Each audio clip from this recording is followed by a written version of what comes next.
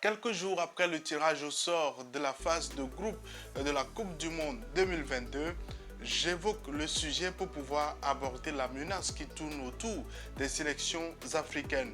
Que ce soit le Sénégal ou le Cameroun ou encore le Maroc, la Tunisie et le Ghana, toutes ces sélections doivent faire attention par rapport à certains aspects, sinon la débâcle n'est pas loin au Qatar. On en parle dans cette vidéo.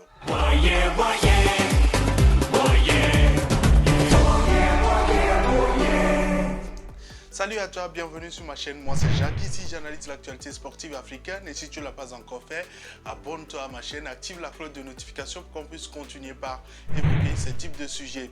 C'est une vidéo de mon avis par rapport au tirage au sort de la Coupe du Monde. Ça fait quand même quelques jours, mais je pense que c'est important de pouvoir relever certains aspects qui me paraissent utiles dans l'optique de la préparation de ces différentes sélections pour cette compétition mondiale. C'est vrai, beaucoup sur le continent rêvent de voir une sélection africaine sacrée sur le plan mondial ou au moins rééditer l'exploit du Ghana par exemple qui est arrivé en demi-finale de la Coupe du Monde ou au moins arriver à la finale comme le président Patrice Motsepe de la Confédération africaine de football rêvait d'un sacre d'un pays africain en Coupe du Monde impossible. Mais comment faire pour pouvoir atteindre ce type d'objectifs?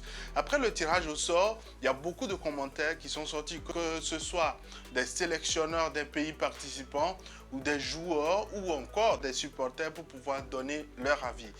Et globalement, je pense avant la publication ou avant le tirage au sort, j'avais lancé un sondage par ici pour demander votre avis par rapport à ce sujet-là ou à vos espoirs par rapport à vos différentes sélections.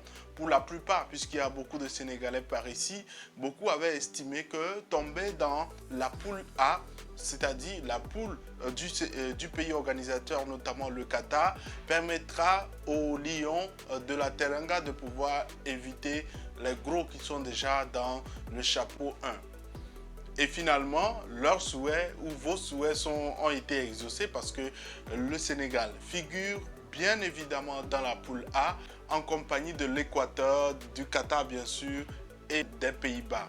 Alors, moi j'ai entendu beaucoup de gens s'enorgueillir, saluer même ce tirage au sort, mais il va falloir faire extrêmement attention. Que ce soit les joueurs ou le sélectionneur, j'ai entendu beaucoup de spécialistes très optimistes par rapport à ce groupe du Sénégal. C'est là qu'il va falloir faire attention pour le Sénégal. J'estime que oui, le Sénégal ou les Lions de la Teranga ont la capacité de pouvoir s'imposer dans cette poule, mais tout ne s'arrête pas dans le fait qu'on puisse être dans une bonne poule. Tout ne s'arrête pas là. Aujourd'hui, la clé, c'est de pouvoir réussir déjà la préparation, avoir, oui, une sérénité, mais se mettre une forte pression. De la même manière où les Sénégalais se sont mis une pression importante lors de la finale de la Coupe d'Afrique des Nations, ou lors des matchs aller-retour des barrages de la Coupe du Monde 2022, il va falloir continuer par se mettre la pression. Sinon, le fait d'applaudir ce tirage au sort peut être un goulot d'étranglement pour la sélection qui, normalement, a des qualités pour pouvoir passer. N'oublions pas que le Sénégal figure dans la poule du pays organisateur. Et le pays organisateur qui joue à domicile a déjà un avantage territorial, qui maîtrise bien sûr son terrain, qui maîtrise son climat, qui maîtrise les réalités. Et ça veut dire clairement que ce n'est pas du tout donné. Et certains pensent que le Qatar, c'est juste un pays exotique, mais depuis ces dernières années, le football continue par émerger. Surtout qu'ils savent qu'ils vont organiser la Coupe du Monde. Il y a beaucoup de binationaux qui sont insérés dans cette sélection-là. Il va falloir faire extrêmement attention. C'est vrai qu'au niveau également des Pays-Bas, ils sont en fin de cycle ou ils sont en reconstruction, mais qui pourrait estimer que les Pays-Bas seront éliminés dès la phase de poule, ou encore qui connaît un peu plus le football de l'Équateur.